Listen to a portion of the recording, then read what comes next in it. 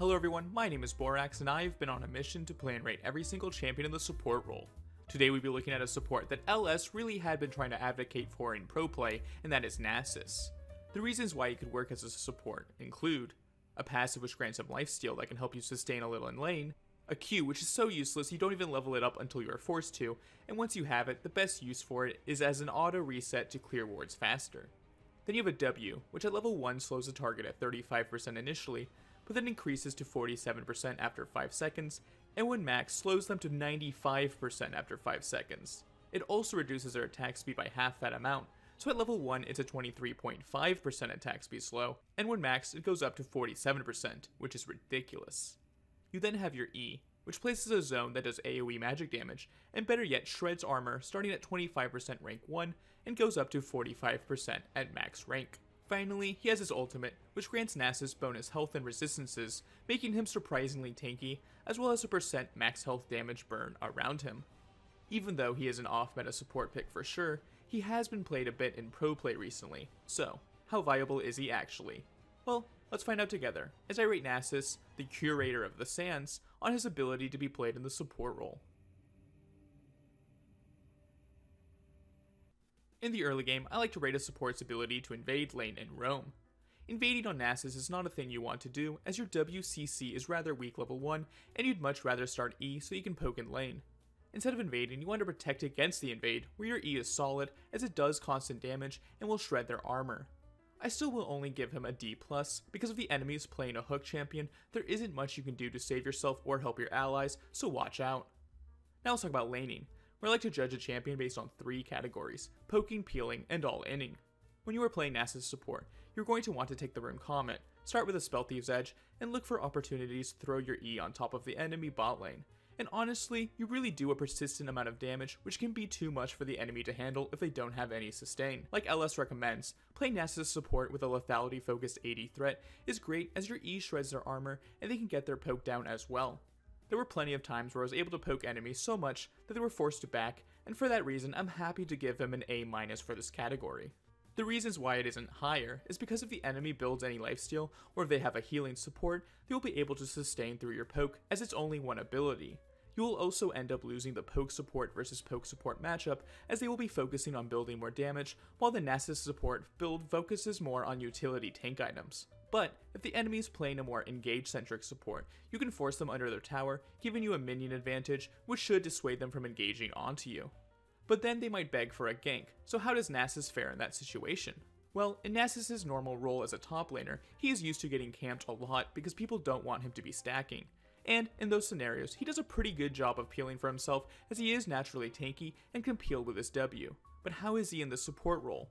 Well, once again, he isn't that bad, as if you can W the enemy ADC, they won't be able to chase you down, and as fights are rather long in early 2v2s, his Wither gets a ton of value, slowing their attack speed to pitiful levels. At the same time, if the enemy gets a good engage off against either your ADC or yourself, it can be difficult to avoid death, as you don't have the instant hard CC to save people or shut plays down. This is also a reoccurring problem with enemy junglers ganking, especially those who are more CC focused, as they don't care about your W too much. For peeling, I will still give Nasus an A+ rating, because his W is excellent at shutting down most plays early on, and later you have your ultimate ability, which turns Nasus into a major tank, especially compared to other supports. If you are in a situation where you need to peel, oftentimes your best bet will be to try and turn the fight where you can trade 1 for 1, as your combat power is very solid with your W and E early on, and the damage will catch people off guard. Speaking of damage that will catch people off guard, all-inning as Nasus was a lot more potent than I initially expected.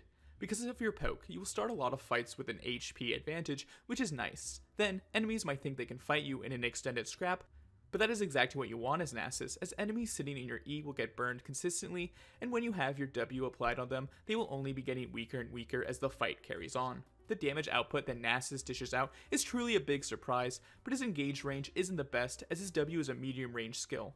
The fact that it is point and click does make it excellent for ganks, as you can flash forward, use this skill, and chuckle to yourself as every other skill shot becomes that much easier to land for your ADC and jungler, guaranteeing you some kills. For all-inning, I think I will give Nasus an A-. He's pretty nice at it, and you can really harass an ADC with your free busted exhaust spell on a basic ability, which will let you chase kills down if the enemy is pushed up. He does struggle a bit at forcing the issue though if the enemy is just plain safe or has a lot of range to poke you down and won't be in W range. He also doesn't have that AoE CC that the best engagers out there have, so if the enemy support does decent damage, they can be a real threat. Nasus himself, however, is definitely a threat that can't be ignored, especially with his ult, as the percent max health burn to enemies is surprisingly effective at beating people down. Now that we've talked about Nasus' laning prowess, let's rate the matchups that he might have to face. If you follow this channel, then you know that I disdain Morgana and would say that she's the League of Legends equivalent of being lactose intolerant but still craving cheese all the time. I hate this matchup because her long range and harass can be a bit annoying, but at the same time, I do not know how her black shield interacts with your wither, but I don't really feel like finding out, so I'll keep banning her instead. Then, the hardest counters to Nasus support are those scaling enchanters that have a bunch of sustain to just shrug off your E poke, and they will be more useful in the late game. Nasus struggles quite a lot against the super heavy poke mage supports, as they will do more damage than you, and you don't have the hard engage or the sustain to do well in these lanes. I think Pantheon is a unique counter to Nasus support, as a lot of his damage comes from his abilities, meaning your W won't be the best peel tool, and he has enough burst to kill your ADC. Champions I think will be a bit of a 50-50 include the displacement hookers, who do decent burst damage, as that lane might be able to kill you before your W can stop the enemy ADC's damage. I think Nasus is decent into the shield/boosting ADC supports, as your wither can counter their buffs, and your poke can sneak in before they shield themselves. Supports that Nasus does rather well into are ones that you can harass heavily with your E, and when they engage, you can wither their ADC to make it a major advantage for yourself. Two champions I think Nasus are great into include Set and Senna, as they also make great wither targets as they love having attack speed. And sure, while you would rather wither the ADC, if you max W, you will probably be able to get another wither off on them as well after shutting down the ADC, which makes Nasus great into them. I will say, Senna can be very annoying if it's a double ADC bot lane, but that means they are a great gank target for your team to take advantage of. Finally, we have a bunch of champions in the who plays these guys even, as I'm waiting to see people play these champions in my games. Normally I would talk about what ADCs you want to play with Nasus, but first it's important to mention what ADCs Nasus counters, because there are two specific ones that he absolutely claps.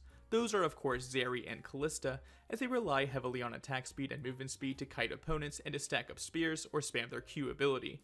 But Nasus' Wither completely shuts this down, and because it's a point and click ability, they can't juke it like other skills. Then I think Nasus is pretty good against ADCs that are more short range, rely on their auto attacks a lot, and don't have a ton of CC, as your Wither ability and E can punish them a lot. Champions that deal a lot of damage with their abilities or have good CC/range are a bigger nuisance to Nasus, but you can still do well into these.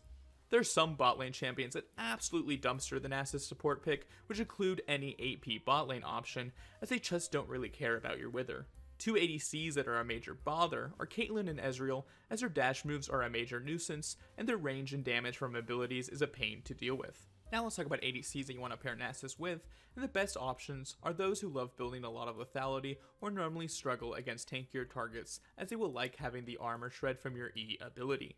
ADCs like Jhin and Varus are great because they can build lethality, and if you slow the opponents with W, they can more easily land their vital skill shots. That W slow also makes ADCs like Draven, Kalista, and Tristana a ton of fun to play with, as they can jump in when the enemy ADC is useless and unable to fight back. But in the hypothetical case that your ADC is a useless bonobo, then you might want to consider roaming from time to time, so let's talk about that. So I say you might want to consider roaming, because in the case of Nasus, you really don't want to roam usually. You're only engaged as a W, and it's so short range that enemies will most likely just walk away if they see you. I'll give him a D+ rating for roaming, as he kinda sucks at it, and if you ever get caught out by the enemies, you have no escape tool to get away. But if you do somehow get your W off on someone who is pushed up a ton, it isn't too bad, so don't feel shy of punishing people playing like idiots. Let's give Nasus a rating for his ability to support in the early game, which will slot at a B+. Truthfully, the rating in the early game is a S+ against Zeri and Kalista, an A to B-ish rating against bot lanes you do well into, and then a F rating against hard bot lanes, as you will feel useless and won't be able to make up for it by roaming around the map. He is an extremely situational support pick based on lane matchups, but how does he fare in the situations that will rise up in the... The cycle of life and death continues. We will live, they will die. In the late game, responsibilities of a support I like to rate include their ability to get picks and a team fight.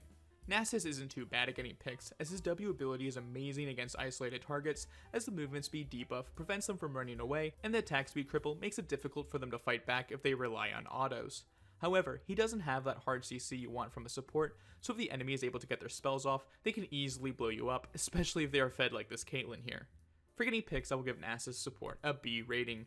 His W is amazing against single targets, but his lack of extra mobility or solid engage range is a limiting factor in his ability to get picks.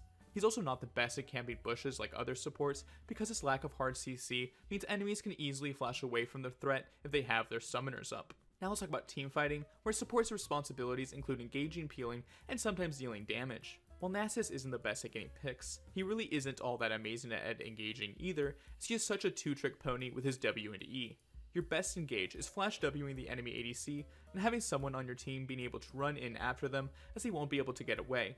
But that's not enough for me to give him anything better than a C-. Sure, it really messes up DPS threats, but it's not much of an engage, and even worse, if the enemy has cleanse, then it's not an engage at all, as he will just get rid of the wither and start beating up your team as you are out of position. Peeling though is a totally different story, as Nasus can be an absolute king here. There are a ton of auto-attacking threats that want to dive your ADC, and as long as you are standing next to them and you can use your wither, they will be rendered near useless, as the 95% slow and 47.5% attack speed cripple is just insane at max rank. Also, your only job is to somehow get near the enemy ADC later on to W them, because if you can accomplish this feat, they'll be pretty much useless in the fight. Nasus deserves a S- rating for peeling, because sure, having a super OP exhaust is handy, but it's not as effective against assassins or mages, and you don't have the heals or shields, outside of your locket, that other supports have to keep your ADC alive. As a support, Nasus can do some damage with his E and ult, as that combo of burn is no joke. At the same time, there will be more instances where you are the one getting melted compared to when Nasus is the one chunking people. I will still give him an A+ for this category, and that's because he is nutty in enhancing his teammates' damage if they are AD, as his E shredding 45% of the enemy's armor is ridiculous in the support role. Before we rate Nasus' overall ability to support, let's take a look at the runes and items that I would recommend. For runes, you can maybe take Guardian, but also you shouldn't do that, as that would mean you would have no pressure in lane, so here's the best rune option. The keystone you want is Comet, to enhance the poke from your E to establish dominance in lane. Then you want to go for the rune Transcendence, as the other options suck and the CDR is nice. Finally, you want to take Scorch to further enhance your poke. Secondarily, I would recommend taking Magical Footwear, which what I've said is super troll in the past, but recently I've come to admire this rune more and more, especially when coupled with Futures Market, as it lets you buy items way earlier than you should. So, let's talk about those items. For your gold income item, the only correct option is Spell Thief's Edge to further enhance your poke. Now some of you might want to argue that you can take Relic Shield to stack your Q, but in response to that, I would say, what on earth are you doing? Don't level up your Q until you are forced to, you fool.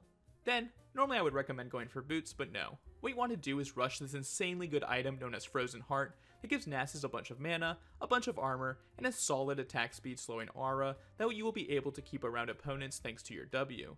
With Futures Market and the gold from Spell Thief's Edge, you'll be getting this item way earlier than you might think, and it's such a big power spike. Then, I'd recommend going for your boots when you can, and I really enjoyed going for the old trusty Ionian boots of Lucidity so that you can spam out more Ws and Es during fights. Although, Merc Treads or Plated Steel Caps are still good choices depending on the enemy team comp. Honestly, at this point, a lot of games are almost over, but I would recommend working towards a locket, as you want to increase your chances of keeping your ADC alive against those threats that don't care about your wither ability. Another item that I tried out based on Ellis's recommendation was Fimbulwinter, but speccing into the early tier makes you feel rather weak, and you can't stack the item that quickly, plus it's been nerfed quite a bit since he recommended it, so I don't think it's the best anymore.